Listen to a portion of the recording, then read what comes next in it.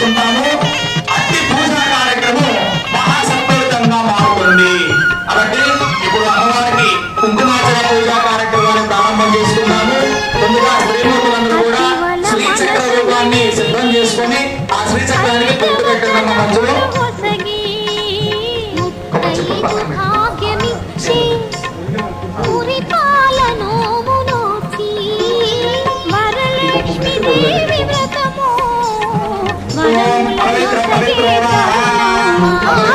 శ్రీచక్రానికి సిద్ధం చేసుకున్న తర్వాత ఇక అందరూ కూడా నిశ్శబ్దంగా ఉంటారు.